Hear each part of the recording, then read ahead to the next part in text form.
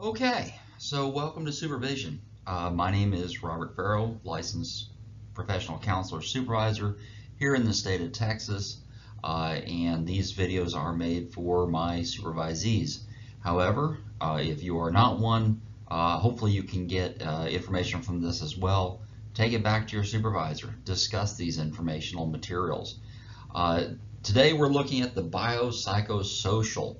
And this is a common element that you're going to have to understand and then put to practice at any facility or if you're in private practice. This is, for lack of a better expression, the primary assessment tool in counseling and social work. This is what we use on a regular basis. This is your go-to format. So having said that, let me jump into a little bit of the background, the history of the biopsychosocial model. It was originated by George Engel. He was a medical doctor, internal specialty, not a psychiatrist originally. If you Google him, it'll come up showing American psychiatrist. That came later in his career. In the 50s, he started off looking to discover a new way of understanding health. And so I think the easiest way to just read from that one is that in the 50s he developed the biopsychosocial model of medical physical health. He published his work in 1977 under the idea of changing the medical model that most doctors were taught in training. And they still are taught this model. Basically, it does not include social or psychological aspects. Most medical schools are going to teach straight from, and this is my opinion, guys, okay? I believe from what I've been told that what they teach is the biological, the chemical aspects of health. That's what medical school does, and they're really good at it. They're going to understand their position a whole lot better than we will. So what Engel did was he tried to come in and say, hey, look, guys, there's more to general health, physical health, than just biology and chemistry. They have to add other things to it. So that's what he was trying to do. And I think for the most part he was fairly successful. So some other history. He got this idea from the general systems theory, which is the idea that many differing things come together in a system to create a working whole. General systems theory can be applied to almost every field of study throughout academic areas of interest.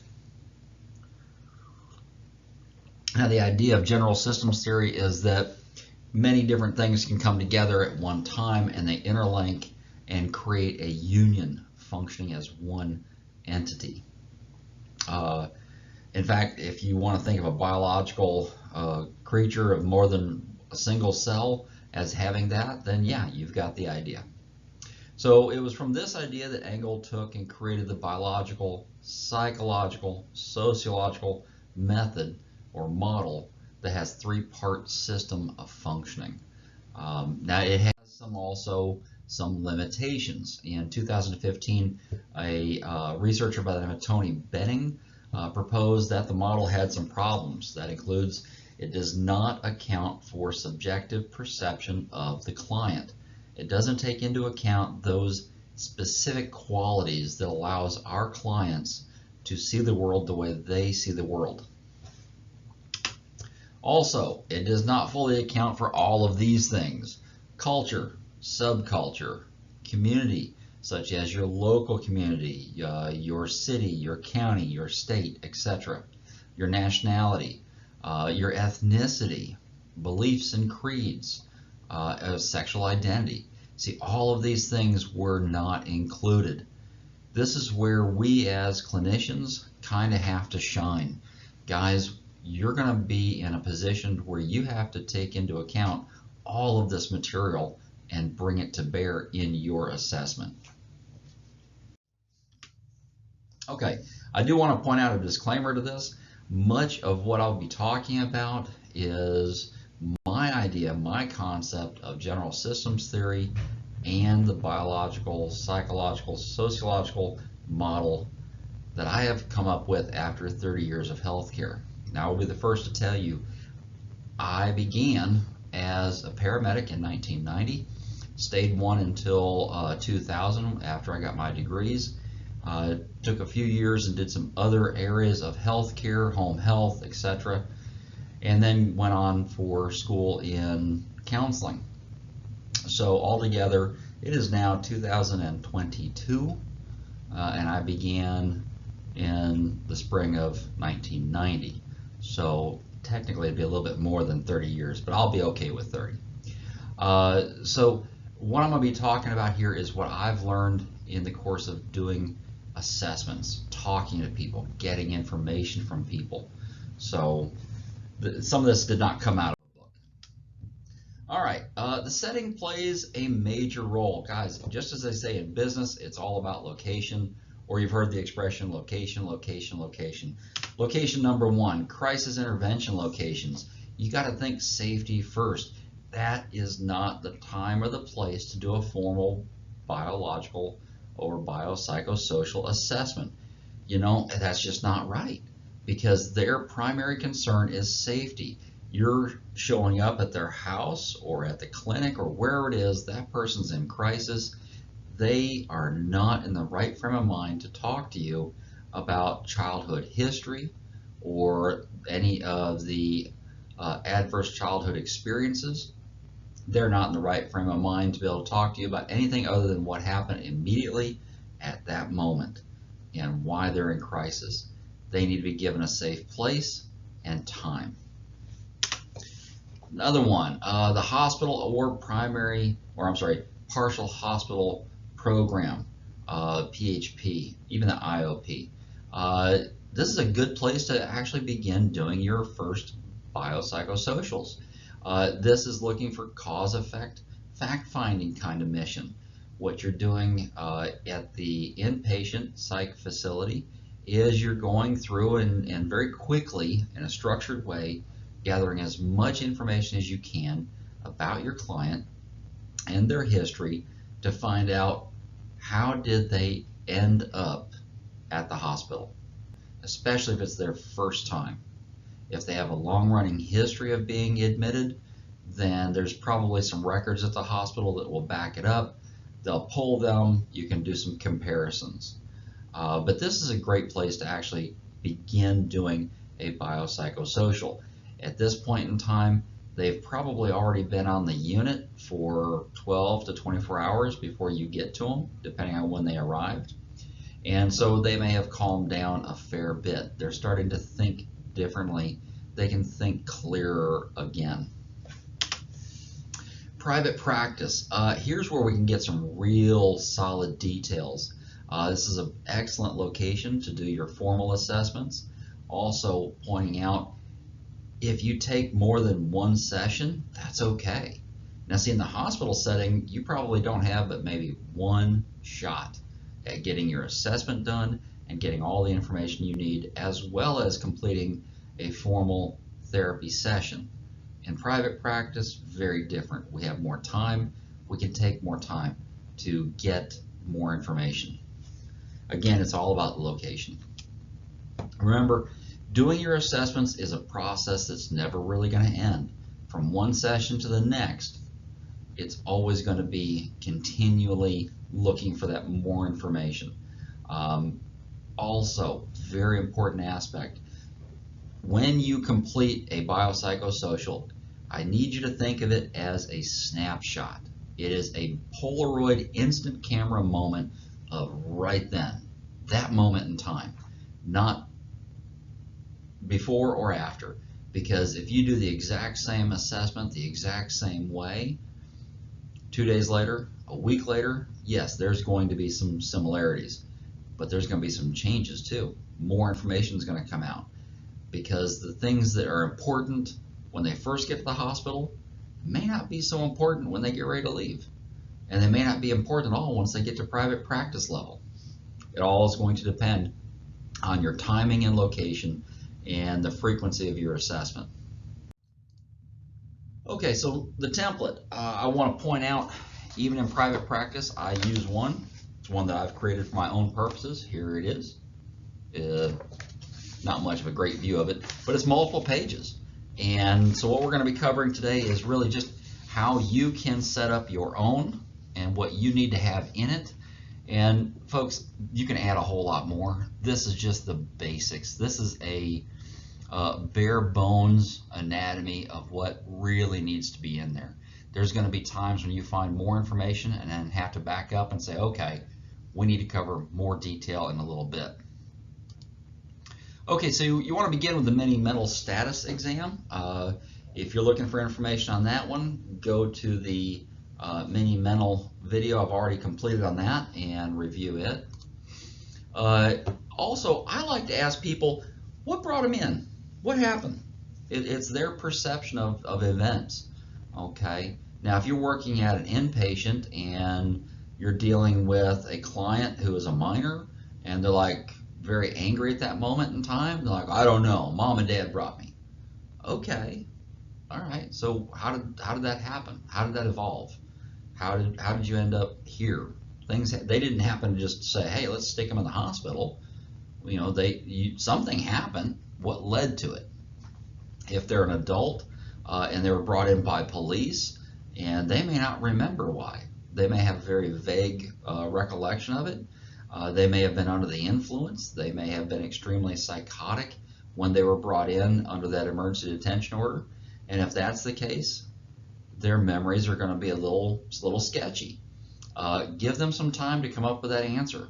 Now, in private practice setting, or even at the hospital setting, I like to ask it by saying, give me the answer in one sentence or one paragraph.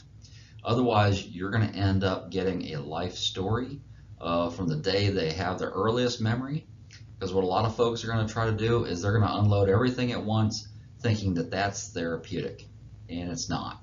So the reason they got them in there, you want just the facts. I kind of refer back to the old idea of the Dragnet TV show, just the facts. Get in there, get it. Address, phone number, people that they live with. Who do they live with? Who all's in the house? This is real important because families, going back to the general systems idea, families are very influencing. Your family of origin, parents, siblings, who all's that you were raised with. Today's modern definition of a family is very different from when I was a kid. Okay, the nuclear family is almost defunct at this point in time. So we also want to look at histories of family addiction or history of mental illness in the family. Is there a genetic connection there? Who else in the family has other biological related issues?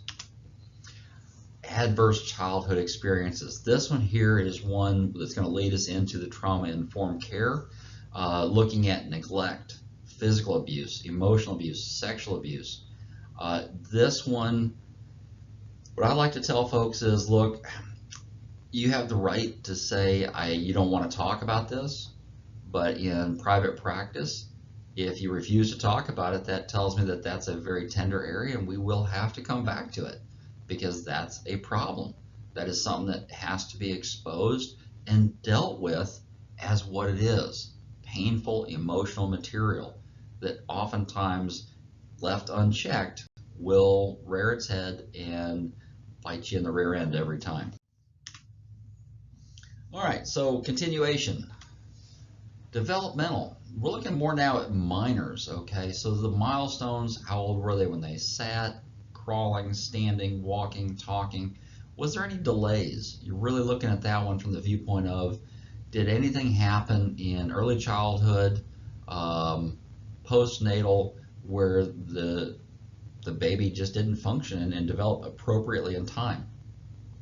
This one here, or on the flip side, did they do it early? Okay, I have had many minors that I've worked with where the parents said, hey, look, they went from sitting and crawling to running. They skipped standing. They just didn't do it. And then when they started talking, it was a few months later than their siblings, but once they started, it was super fast and they just couldn't, focus their thoughts. Very important aspect. Another 3 aspects that you need to ask questions about, not so much to the minor, but to the parents. Is there a history of bedwetting, fire setting, fire play, playing with matches, lighting things on fire inside the house, outside the house. Is there any animal cruelty? Okay, how do they treat pets? How are they with other animals? These three we can discuss in more detail at a later time when we're in face-to-face session. But these are real important bits of information that the psychiatrist might want to know about. Educational. How far in school did they go? What's their furthest completion? High school, undergrad, graduate? Did they get a doctorate? Did they go to vocational school? Did they complete training as a welder? Have they done an apprenticeship? Did they go and become an electrician and apprentice through? Or did they apprentice as a plumber? How were they, as minors, asking the parents, how do they get along with their teachers and peers? Are there problems with authority figures in the school system? Also, what kind of grades did they get? Are they an A-B student, then all of a sudden the grades dropped? Or are they struggling with their grades? On top of that one, are there learning difficulties or disabilities? Have they been tested? Has the parents had the school do a formal required test that includes the school psychologist and the diagnostician? Are they coming together to help the child figure out, are there learning problems, dyslexia, reading skills, math skills? There are tons of areas that we can have problems in learning. Not everybody is the same in that regard. Also, looking at the flip side of that, are they advanced? Are they gifted and talented? I have worked with a lot of GT students that are extremely intelligent. They have got the cognitive capabilities well beyond that of their years, but their emotional skills are very much lacking. So therefore they end up needing help in other emotional ways. How many years of school have they completed? Are they still in school? Where are they at in school? Are they, 18 years old but a sophomore in high school? Where do they stand? Important questions. Employment history. What kind of work do they do? Looking here more for multiple job history. If they've had more than, say, 4 or 5 jobs in a few years, that could be an issue. You might want to investigate what's going on. Military history. Here you're going to be looking mostly at combat, trauma-related material. When did they go in? When did they come out? Did they get a general discharge, an honorable discharge, a dishonorable discharge? What was their MOS? That stands for Military Occupational Specialty. Every branch has a different set of codes, and those codes have different meanings. I was not in the Army, but the Army likes to use a lot of Bravo stuff, and I have no idea what that means. So I have to ask them, okay, that's the code, what did you do? That way we can clarify exactly what it was.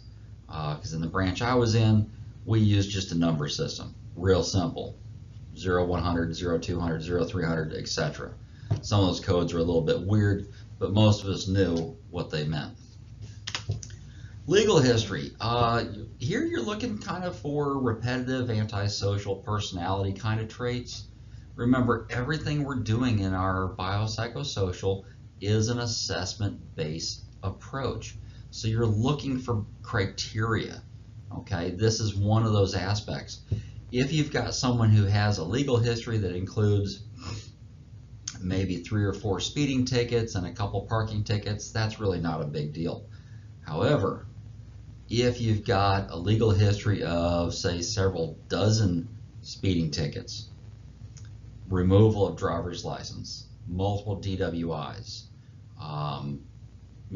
breaking and entering, a history of theft, a history of fraud or some other thing, what's really going on with that history? Okay, what's happening there? What's led them down that path? All right, so some trauma assessments. Here we're looking at the childhood history again, looking at military and work history.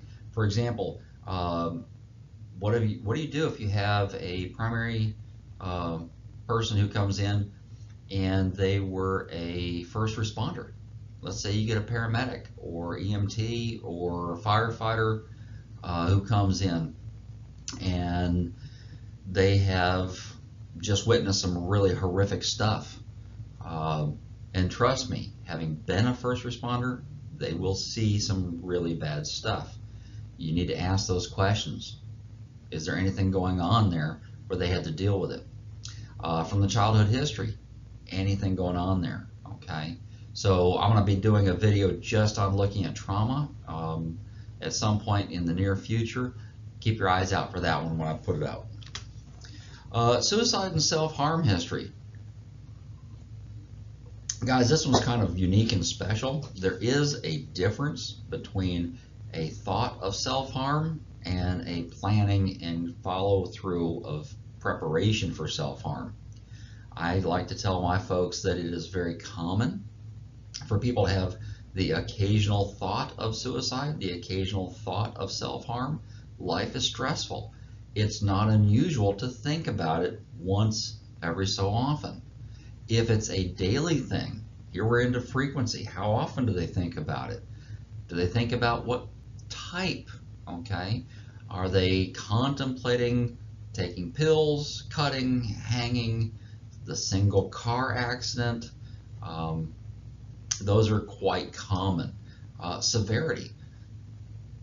If they're talking about, yeah, I own a gun and I was thinking about it, I've got a bullet set aside for it. That's a little different, guys. Okay, now we're getting into a serious level here where we have to take those thoughts very seriously. What they say, even half the time in the hospital setting, they may say, hey, this is what I said, but this isn't really what I meant. Okay, I get it. They were stressed out at the moment. But we have to look at a history. Have they ever ended up in a hospital because of it? How many times have they actually tried suicide? How many times have they ended up in a medical emergency room? Have they been admitted for a psychiatry before? If they were cutting, how often? What triggers it? What led them to need to do it? These are the questions you're going to want to ask and to get some clarification on it. What kind of pressure is it alleviating? Can they describe it? Very important aspects. Okay, your drug and alcohol assessment, I'm going to cover that in another video as well. You're going to be using masked questions. You're going to be also looking at what substance was used, the first time they used it, the last time they used it, how much are they using, how often are they using, do they go every day using, or is it more of just a weekend binge use? What leads them to want to use? Okay. Do they have any legal or social effects? Have they lost a job? Have they been in trouble with the law? Have they been kicked out of the house? What's happened in their life because of the substance? Other addictions. Now, it used to be when I first entered the field that a lot of folks didn't see these as addictions, not until recently. Shopping and spending money. That one can be an addiction, but it can also be a sign, an indication of possible bipolar disorder, manic episodes. If they're blowing through major amounts of money and they have bipolar disorder, we're pairing these together. Internet and video gaming. That one was kind of new. It's really come out more intensely over the last 10 years. People are spending many, many hours in that stuff. It has shown that it's a very addictive quality. Certain video games have resolutions on the screen, and the computers are made for it to where it stimulates the cerebral cortex and certain parts of the brain that can be extremely rewarding and increase their dopamine receptors immensely. The research on that is quite fascinating. Pornography and sex addictions. This one here is a growing concern and has been growing over the last decade. I have noticed it's shared equally, almost 50-50, male and female. Gambling, here again, that one's kind of been a growing one. They noticed it older than the porn and sex, but it's been around for a while. It's starting to actually receive its own DSM code. Eating disorders, other addictions. Now that doesn't include just overeating. That can include undereating, deliberately withholding food. So you want to look into that very carefully. I am not able to do eating disorder work. That is a very specialized field. I have limited experience in it. And so if you run across that and you're one of my LPC associates, I will encourage you to seek counseling and consultation for that elsewhere. I really can't help you on that one. The main things we're looking at here is the type. What is it? The amount, how much is being used, how often it's being used, the amount of time that's spent in it, what causes a person to want to go back and use it, when was the first use, when was the last use, any problems with the use. All right, medical history. We're kind of starting to wind down here on some of these. Medical history, you're looking for the diagnosis, dates, and severity. I personally like to look for thyroid problems, kidney problems, liver problems. If they deny drinking but they have a diagnosis of cirrhosis, it's like, wait a second, why? What's going on? If there's diabetes involved, if there's high blood pressure involved, they're going to be on medications for those things, and we need to know what they are. Not because we're medically trained enough to be able to know any difference, but that we can pass that information on and say, hey, is there any problems with this? Psychiatric and prescription medications, here again the same deal. What's the diagnosis? When was it given? Medication-wise, what in the past history have you tried? What medications have you been on? Current medications, is there med compliance? Do they follow through and take them? That's one of the big problems you will find with mental illness. The severe mental illness cases tend to not want to take medications because of the side effects. They slow the mind down. They allow a person to think clearer, but I've had a lot of people tell me, especially those that have a psychotic disorder, that the voices go away. And those voices are good friends in some cases. People that have advised them, even though it sounds strange to those who don't experience hallucinations, to those who do have hallucinations, that's kind of a common thing. It's having an imaginary friend who never goes away, and some of those voices have been with them since childhood. Here again, looking at a trauma-informed care, you're going to be really needing to understand how all that works. Also, one last thing on medications, allergies. Are there any medical allergies that penicillin, sulfa drugs, have they had Tegretol? Are they allergic to it? Have they had certain psychiatric meds that have had bad side effects? They're out there. Okay, last one here is activities of daily life. Nurses refer to that as the ADLs, simply meaning what have they done to take care of themselves on a daily basis. Bathing, how often do they shower? Oral hygiene. Guys, do some studies on oral hygiene and mental illness and mental health. The more frequently they clean their mouth, likelihood is they're going to have better mental and cognitive functioning. I haven't had time to really go into much research on that one, but I've read a few articles where it talks extensively about that. It's really kind of amazing. How often do they do these things? Very important. All right, sleep. How much sleep are they getting? The quality of it. They may be saying that I'm getting 8 hours a night. Well, but the quality is really poor. I'm actually only, really hitting good sleep for maybe an hour of it. Okay. Is there a problem? Are there interruptions? Are they getting woken up frequently? Okay, if you're dealing with a new mom who has, or a new dad for that fact, where they're only getting a couple hours a night because the baby's waking up every few hours, that could be a problem. It's short-lived, but it can add to the depression that comes on, especially with a postpartum depression scenario. Very important. Also, you're going to want to ask about sleep aids. Are they using melatonin? Are they taking Benadryl? Are they on a CPAP machine for sleep apnea? Do they need to have a sleep study done? Those are the kinds of things. Have they ever had one done? Very important aspects to ask. Nutrition. What are they eating? How much are they eating? Have they gained or lost any weight? Now that's just really kind of an important aspect. If they're intentionally trying to lose weight, it doesn't count as much, especially if they're maintaining, 1,000 or more calories a day and they're good nutritional calories, then you're okay. But if they're deliberately dropping below 1,000 a day, then you got to question that one. Also, with regards to nutrition, the reason it's important is the body gets its nutrients to create hormones, brain chemicals, the dopamine, the serotonin. We get all that from our diet, our nutrition. If we're eating McDonald's every day or Burger King every day, or it doesn't matter what fast food it is, you're probably not getting the right nutrients you need. Yeah, you're getting your calories, but you're not getting all of the different biological things, the chemistry to create what your body really needs. Okay, this is an important aspect. Here again, take some classes on it. I am not a nutritional expert, but I can tell you that if a person is not eating properly, they're going to have some other issues. Resiliency, this is an interesting aspect, and a lot of counselors don't like to go into it.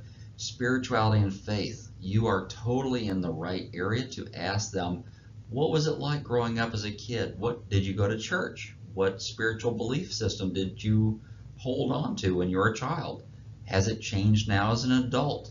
Have you left the faith? Have you become interested in a faith? Are you agnostic, atheist? Where do you fall? What do you believe in? That's a level of resiliency that people can go back on and pull strength from. Social support network, who's in the house, who's not in the house. Are they going to AA, NA, CA? Are they going to other types of meetings that, because trust me, for every problem out there, there is a social support group somewhere for it. Are they attending those? What kind of hobbies and interests do they have? Did they stop doing those hobbies and interests? Another hallmark qualifier for major depressive disorders. Do they have things they enjoy doing but haven't done in a long time? Do they have a lot of things they enjoy doing? In other words, too many things. Maybe an indication of a little bit of grandiosity there. Maybe some aspects of mania there. Average, I would say most people are going to have a couple, but you start getting more than that, then how much time do they spend doing it? Basic questions you need to ask. Now, we get into actually doing your assessment. So far, you have been gathering information. That has been the data part of the biopsychosocial. You've gathered information about their biology, you've gathered information about their psychology and their sociology. Now you get to actually document in your note that you're going to be putting into their chart what you saw. Your assessment will include appearance. Now I cover all of this in the video on the progress note, so this is just kind of a review. Appearances, body odors, their thought process, speech, affect, what kind of emotional state are they showing, mood, what kind of emotional state are they reporting, eye contact, are they holding it? Got to be careful with this one though, because there are some cultural aspects that need to be taken into account. Psychomotor agitation, are they fidgeting, are they moving, is it triggered by certain topics? Psychosis and delusions, they're yes or no, and what kind? All right, as we wrap up, you're going to be also wanting to finish by looking at strengths, needs, and risk assessment. What is the client really good at? Okay, that's a strength. We want to work to those strengths, and how can that be used to help them resolve life's problems? Okay, what are the risks?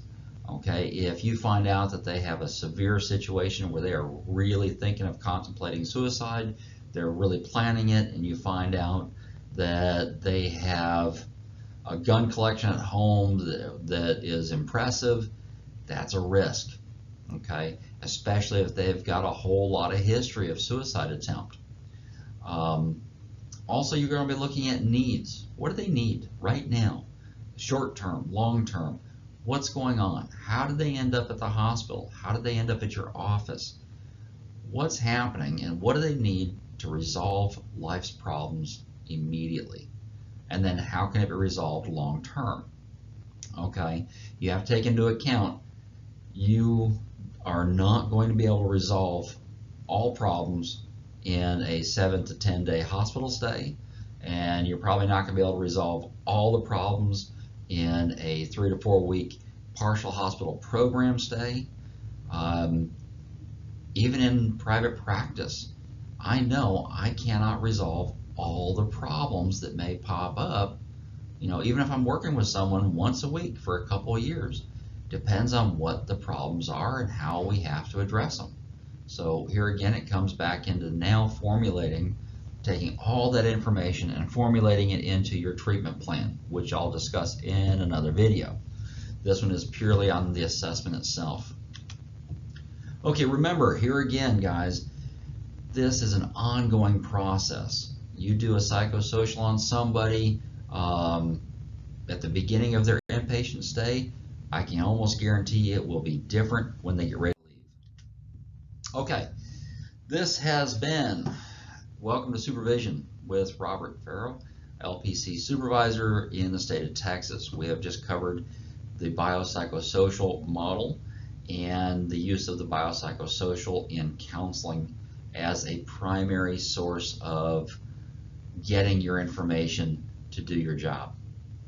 Guys, I think the best thing I can share with you about completing these is that add to it. This is just the basic structure of what you can ask. There's so many areas, and as you're doing your assessment, as you're talking to your client, from the very first moment you walk in, you got to have the right attitude. You got to come up at it with the right temperament, and check yourself at the door before you begin. If you're not in the right headspace, then maybe you need to take a moment, take a deep breath, get to the point where you want to do it. Okay, I'm going to talk more about self-care in another video. So here again, this one was just purely about the psychosocial and getting that one accomplished. So if you're one of my LPC associates, I will see you in face-to-face time when we do our sessions together. If you are not, then talk to your supervisor, gather information, share it with them. This information was not something that is commonly taught in school. I didn't get exposed to this until I got into my first job as a counselor and was handed the idea of this kind of assessment. As a paramedic, I was able to do other forms of assessment, and each one had its own quality to it. So, okay, until we meet at the next session, take care, good luck, stay ethical, and take care of yourself.